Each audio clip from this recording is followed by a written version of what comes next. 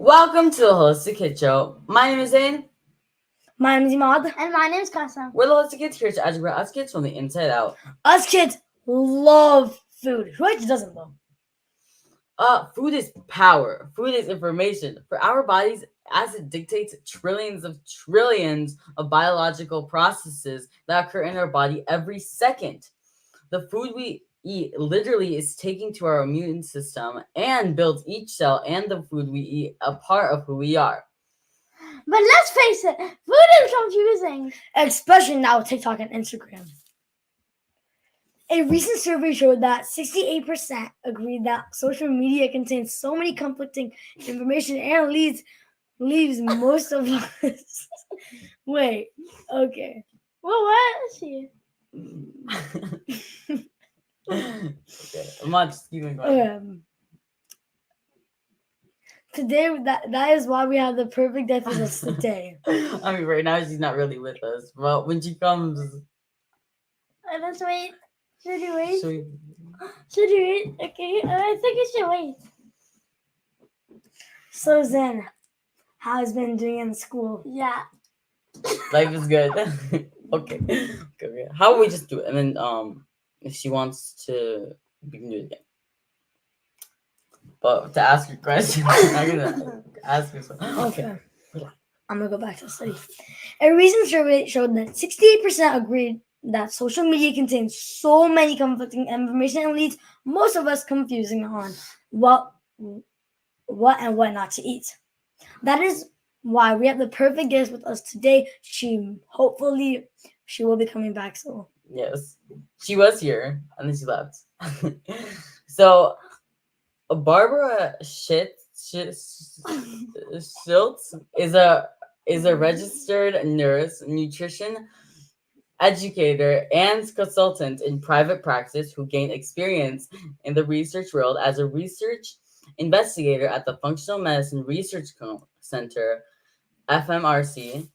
After mentoring for 8 years with Serafina Corsello, MD, a nutritional medical doctor in New York City, she moved to Seattle in 1995 to attend her Bastyr University and began working with Jeffrey Bland, Ph.D., who we also had on our podcast. Since then, she has been a consultant for the FMRC and also for the Institute for Functional Medicine and the Big Bold Health. Long time no see, and we would love to know how you were doing, what you were doing, and what you're doing.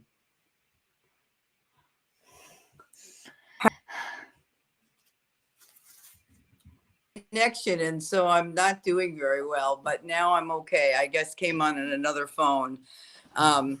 So let me tell you a little bit about how I got started, okay? Does that sound good? Okay. Okay. So when I was in my 30s, I was tired all the time. I felt like someone had withdrawn half of the blood in my body, and I had headaches every day at 4 o'clock.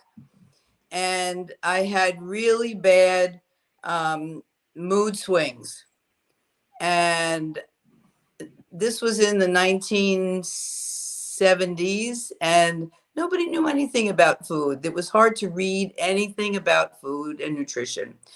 And there was this one magazine called Organic Gardening that had a nutrition focus, and I read that sugar was bad for you. I ate so much sugar. I ate so much sugar. And so I stopped eating sugar. And in 1 month, I had no more headaches and I had no more fatigue, and my mood swings were all gone. So then I became the sugar police. I thought nobody should ever eat any sugar. And I was rejoicing in feeling so well. I was a nurse. I was a nurse working in the delivery room, helping to deliver babies. And I decided that I was going to study nutrition because I wanted to know more about all these connections. And it was a really wonderful connection to nursing, to know about food and nursing. So I started studying nutrition, and I heard this chiropractor give a lecture on brain allergies. And one of my kids was really struggling in school. He was not going to school. He was in high school. He was failing everything. And he had terrible mood swings. And so I suggested to him that he stop eating sugar and dairy and wheat and so forth. And in 2 months, he had an 84 average. So you can only imagine how I looked at sugar. So that's what started me along this road to just to try to empower families to change their diets. It's a really hard thing to do. And it's very impressive that you guys have done such a wonderful job in changing everything about how you eat and what you eat. That's not an easy task. So what you're doing on your show here, empowering other kids, is just amazing to me. I'm so excited to be part of all this for you. Well, thank you so much. Your story was so empowering. So empowering. There's a lot of misinformation in the world today, especially with social media. Where do you start? Oh boy, that was a hard one. There wasn't any place to start. You know, there was no social media in those days. So I started looking for books. There was a book written by a dentist. I think it was a dentist, and it was called Psychodietetics, and it was about the mind and food. And it was all about sugar and how it affected our mood. And then there was a book written called Sugar Blues, and so on. There were several books, and they were just little paperbacks. I got them in the secondhand bookstore, and I read them, and I inhaled them, and I just breathed them in, and all of my friends thought I was crazy. And one of my daughters was really struggling with depression, and she changed her food mostly on her own by her choice. And she felt like a different person after a while, but it took a while. And so I was trying to cook healthier food for my kids, but it wasn't easy. So I was cooking white rice, for example, and I wanted to make brown rice, and they didn't like brown rice. Yeah, that was gross. So then I had this recipe for curried rice, which I made by sauteing an onion and an apple in butter and in curry powder, and it colored the white rice into yellow rice. So the kids didn't know I really used brown rice, and they said, "Oh, this is really good." And so I cooked it 3 or 4 times for them. And then when they continued loving it, I said, "By the way, you're eating brown rice now." And they were like, "Oh, really?" And so you had to be really clever in introducing things. There was a book called oh my gosh, I can't think of the name of it. It's not in print anymore, so it doesn't matter. But it took regular recipes, like say for chocolate chip cookies, and they gave you a recipe for healthier ingredients in making the chocolate chip cookies, or maybe just reducing the amount of sugar and so forth. So I started doing that a lot, and I discovered that you had to go slowly, and you had to lie a little bit because I couldn't tell everybody what I was doing. But my friends thought I was a little crazy and that I shouldn't be depriving my children of all these things like sugar, because that's a fun thing to eat. So I felt like I was always fighting the world and that I never fit in anywhere. It wasn't easy. And I'm sure you guys feel that way all the time, don't you? Well, not really, actually. No, really? Well, tell me about that. I think this is exciting. So we do alternatives. So instead of like processed refined sugar, we use like organic coconut sugar or organic maple sugar. Mm-hmm. So that's like, and I don't think there's much of a difference. Like they're all sugar, and it does still taste very sweet. Yes. So I don't feel like we're missing out because we use alternatives for everything. Yeah, but you're missing out. Like if you go to a birthday party and don't bring your own coconut sugar sweetened cupcakes, for example, right? Yeah, that's really hard. Now, when I was doing this, coconut sugar didn't exist. There was maple syrup and honey. And so I would use those things. But when I was taking the Girl Scouts camping, I remember they wanted soda pop. And so I brought along apple juice and grape juice and seltzer water. And we made our own grape juice and our own grape soda and our apple soda. And they thought it was pretty good. And I had them mix it and make it themselves, so that a lot of times it's very empowering when a kid or an adult does something on their own and they feel better about it. You're shaking your head like you know what I'm talking about. Yes. Yeah. It's also a lot funner when you get to do it yourself. That's why we're always in the kitchen. Yeah. You know what else is really cool is growing the food yourself. Oh my Oh God. yeah. Oh yeah, I used to We went to the farm. We went to Yeah, we just went to like a farmer, local farmer. like our local farm, Uh-huh. Yeah. and then we picked our own fruit and Yeah. What did you pick?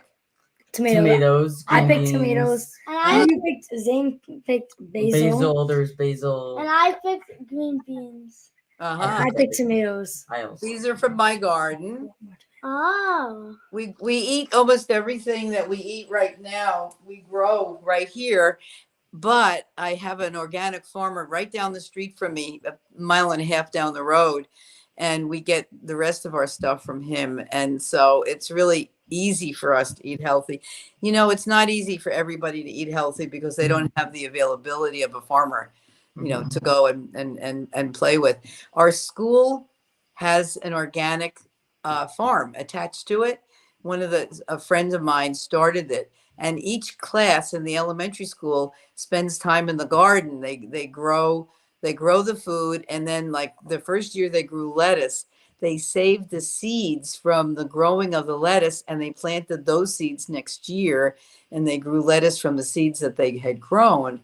And so we would have a special Earth Day.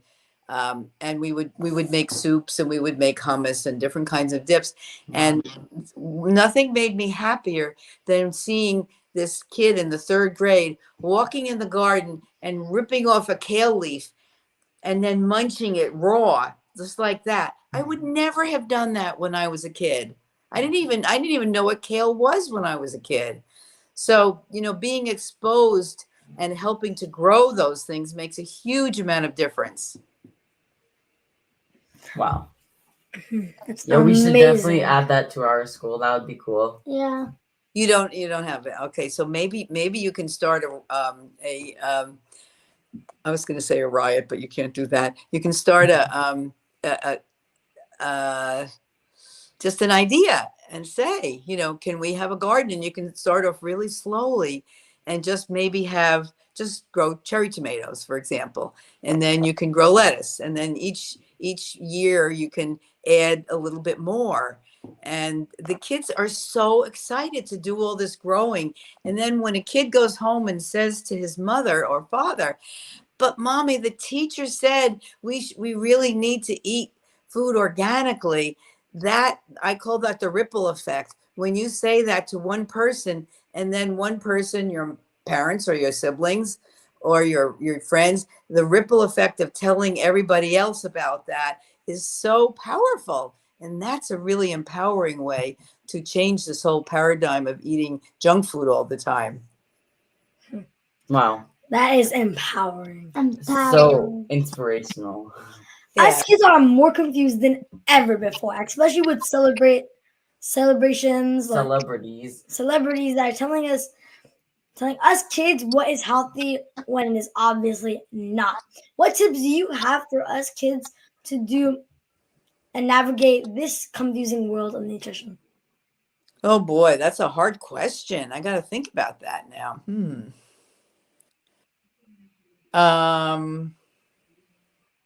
You know what?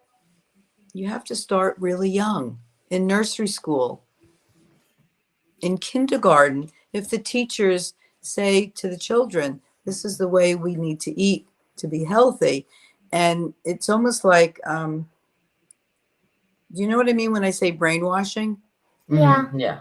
So brainwashing is usually bad things, like people say bad things to brainwash you in order to do something they want you to do. Well, this would be a good kind of brainwashing, and you know, telling little kids that they'll grow stronger. Do you know who Popeye is? He was a cartoon character, and he ate a lot of spinach, and it showed him with his muscle. You know, every time he ate spinach, the muscle would get big in his arm. And that's very, very impressive to a little kid. Mhm. And I think one of the things that I think is important is teaching children from the time they're very young, like in kindergarten, to respect each other and to be nice to each other, because the bullying then wouldn't happen. And I think if at the same time we taught little kids in kindergarten about eating fresh whole foods, and what better way than to have a school garden to go out and pick green beans, for example. I mean, a fresh picked green bean tastes so different from what you buy in the grocery store. It's not something that you're going to love, you know, eating a raw green bean from the grocery store. But if you pick it right out of your garden and eat it, it's really delicious.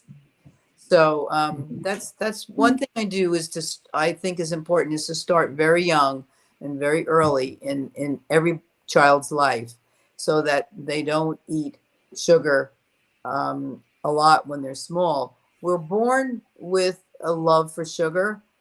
There's the African people have there's a bee there's a bird called a honeybird that teaches the Africans where the honey is.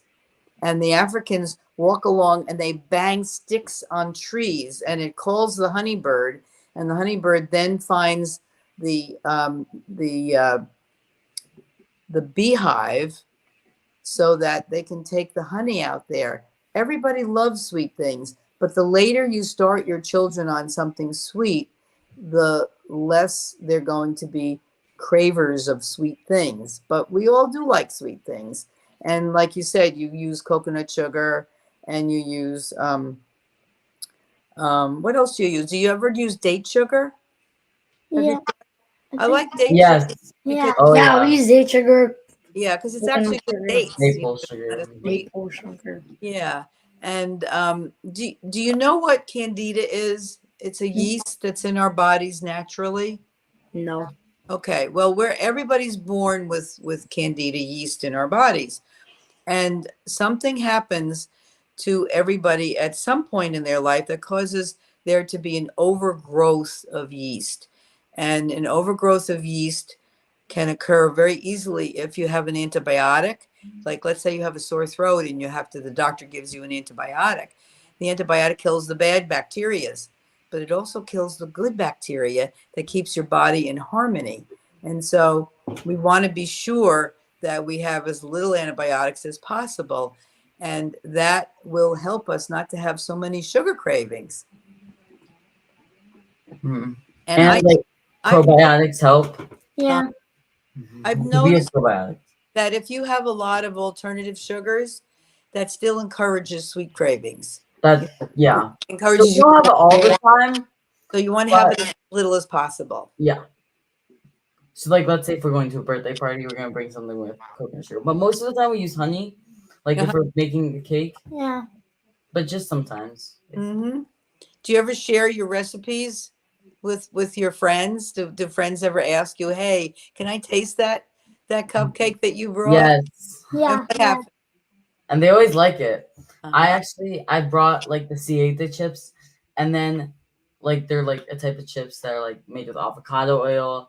And I brought them in and they were like, Eric, can I have some? And I was like, sure. And I'm like, these taste better than Doritos. And I was like, wow, well actually this is a lot healthier than Doritos and isn't filled with all these toxins and chemicals and Uh-huh. lab made Yeah. ingredients. Yeah, and like third grade, there's like a project that share your recipe, and I did Himalayan Tatari buckwheat cookies. Uh-huh. Yeah, and then they were our teacher made like a book with everyone's recipes in it, Ah. and then they everyone got a copy of it, So then everyone is looking through the book. Oh, that must have made you so happy. Yeah. Very cool. What is your favorite healthy dessert? Mm. What's those brownies? So, yeah. Brownies? I think the brownies that Sam makes is also Yeah, pretty that good. makes. Yeah. That What makes kind of flour do you use to make the brownies? almond flour. Yeah. Almond flour? Okay. Everyone's, Okay. brownies and customs brownies are like Mhm. Yeah. We put So we good. put it we put Coconut sugar. coconut? I had No, it coconut sugar. was And then maple they added sugar. some maple sugar Right? on the Yeah. top. You know what you can do too to make those brownies even healthier? You can put some buckwheat flour in it, just a little bit. Like, let's say it calls for 2 cups of almond flour, maybe. You could take a quarter of a cup less almond flour and add a quarter of a cup of buckwheat flour. And that adds some really, really good, healthy phytonutrients into it. Wow, know- and I'm it's sorry. probably also a lot less able to taste the buckwheat flour, even if you're getting the nutrients. Yeah. Yes, yes. Do you remember Deanna when you Yes. mentioned? Yeah. Oh yeah. oh Yeah. Can't forget Deanna, right? So her what she likes to talk about is eating on the rainbow. And so do you think about how many different colors you eat in a day? Have you ever Yes. tried that? Yeah. You do. Okay. Yeah, that's really cool. Well, phytonutrients all have different colors, and each one has different things that are important for it. Like beta carotene that's in carrots is really important for the health of your eyes. and alpha carotene. And alpha carotene, that's right. It isn't just beta carotene, but most people only know about beta, but you are much smarter than the average person or the average kid. So yes, all the carotenes, including beta and alpha. But the carotenes are also important in cancer prevention. So, but in buckwheat, if your mom can get buckwheat flour from Jeff Bland. Yeah, I think she has. Oh, she has it. Okay. So just take a quarter of a cup of almond flour out of your recipe and add a quarter of a cup of buckwheat flour and see if it doesn't change the taste of it just a little bit so that it doesn't taste yucky in any way. Because buckwheat has a bit of a strong flavor to it, but it's so healthy. And so those are some of the things that I try to do when I look at a standard recipe is I try to see what can I add that will make this recipe just a little healthier. Just let's get rid of the sugar, but also what can I do to make it healthier? Not to take the bad sugars out, but to add some good things in there. Yeah, we put like our cookies and cassava pancakes. They're like our mom puts a lot of buckwheat flour. Yeah. It makes them more yellow. Yeah. But Yes, they're there's very not yellow. much of a difference actually. Yes. They just taste the same as the Just a Do slight. they? Just a slight more like it's more. Extra filling. Yeah. So the cassava recipes for pancakes in your mom's book. So have you put buckwheat flour in that recipe? Yeah. Yeah. Oh, I'm gonna Mom try makes that. and everything. Oh, I don't know if it's like which book. And If and it's the older book, then the new. probably not because she didn't really learn about it. Oh, okay. So, but have you done it since then? Yeah. Yes. Yeah. Okay. All the So pancakes we've had is like buckwheat filled. how much buckwheat would you put into that recipe? I actually don't know. Yeah. It's our Okay. mom's secret Okay. recipe. Mom will tell me. I think I got some info. I think it's 1/2. A half a cup? Half a cup, I think. Okay. I'm gonna try it. I think that's gonna be cool. Yeah. So What are your tips to make sure we are eating to thrive, to thrive? besides from buckwheat flour and eating the rainbow. Tips to make you thrive. Well, if you were my patient and you said to me, I only have 5 minutes to talk to you. What can you tell me in 5 minutes that would make my life a better life? I'll be healthier, and I'll not just be healthier, but really thrive. And I would have to say, there's 2 things I would have to say. The first thing would be have as little sugar as possible, even healthy sugars. just have as little as possible. Have your sweetness from a whole piece of fruit, for example. Yes. You know, eat an apple, or berries are really good. Any kind of fruit. I don't care what it is. If it's fruit, it's good for you. And the second thing that people don't talk about much with children is eating vegetables. I ask my adult patients to have 10 servings of vegetables a day. It's a lot of vegetables. Yeah. But my kid patients, I'll say, could you have 6 servings a day? Now, a serving's not a lot. A serving's a half a cup. So a half a cup of broccoli, for example, is really 2 broccoli flowers, right? It's, you know, they're kind of bulky. It's not a lot. So it would be easy for you to get 6 servings a day. And then if you were still my patient after several months, I'd say, well, let's try 8 servings a day, because the more vegetables you eat, the more you thrive. And I think that that's the magic. The secret for me is more vegetables and less sweetener. And I think if everybody, not just kids, but if everybody lived by that mantra, I think we would have so many people putting doctors out of business, because they wouldn't have to go to the doctor, because they would be healthy. What do you think of that? That's really intelligent. It's like extremely intelligent. Mhm. And yeah, I mean, you always hear like like usually in shows, you always hear like the mom or something like telling the kid to eat your veggies, but a lot of kids, like, they're like, oh, I know I should eat veggies because it's healthy for me, but they don't really understand why it's healthy for you. So what are ways that you can get your kid patients to eat more veggies for fun? Well, that's a tough one, because veggies don't always taste good. And honestly, a lot of people don't want to be bothered cooking vegetables. Some kids like raw vegetables better. And so when I was visiting my grandchildren, say 15 years ago, when they were like your age, the time when I find kids are the hungriest is mostly when you come home from school, because you Yeah. know, you agree with that. Okay. So I would make a big plate and put it on the table, and some sugar snap peas. The kids love sugar snap peas, cherry Yeah. tomatoes, raw green beans, and then put a little hummus on the table, or guacamole.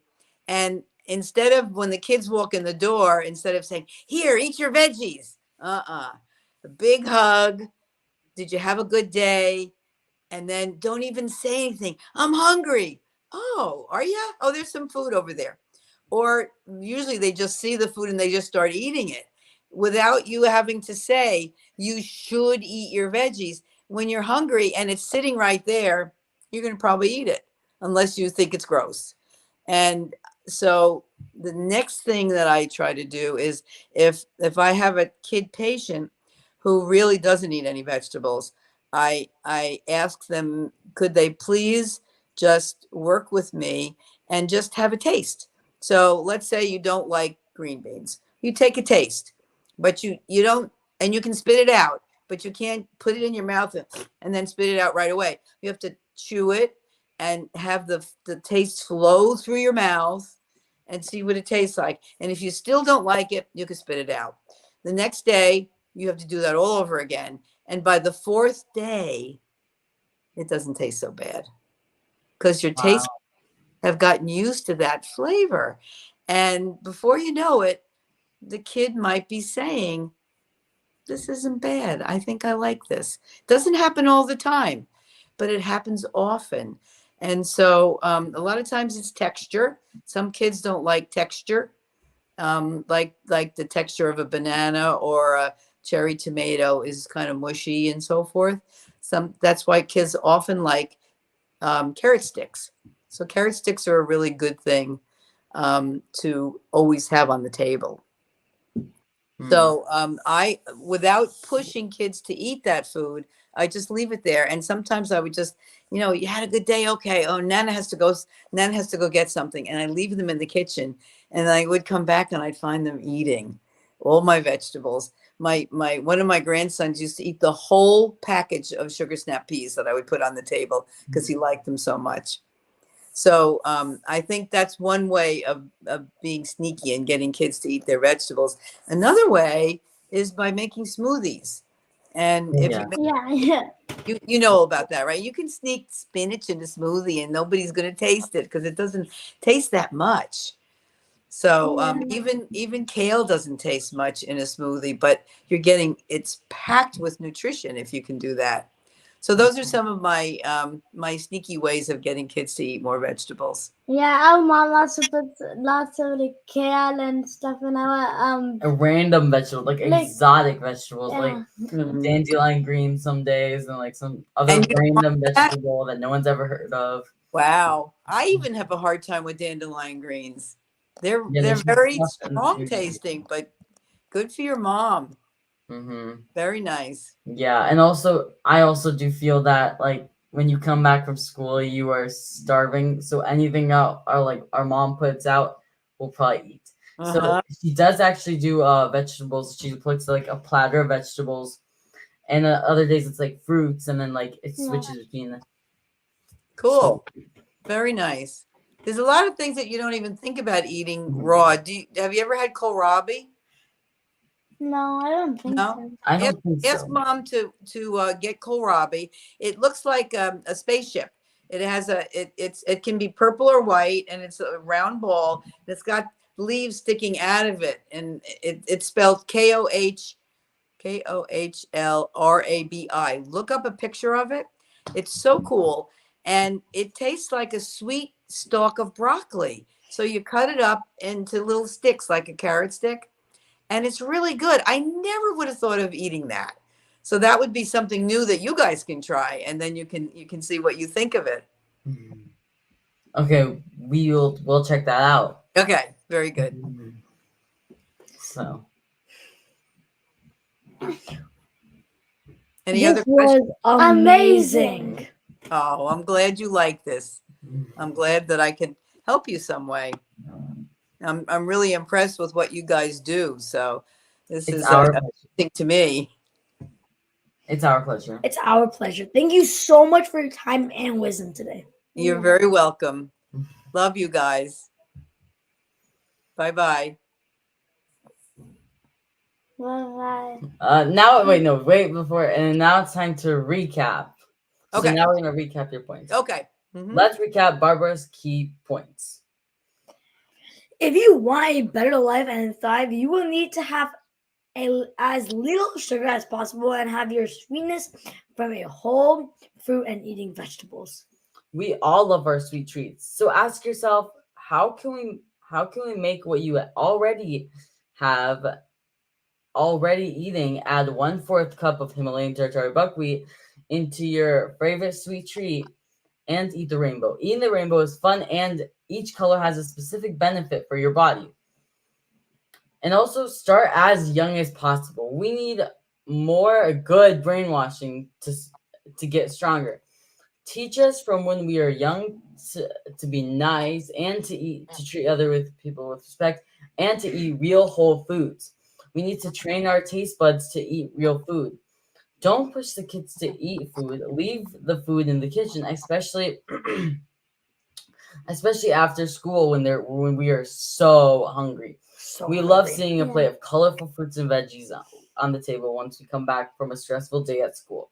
Also, try new foods. It's extremely tasty, like all these different foods. Like, what was that? What was the Robbie. kohlrabi? Mm-hmm.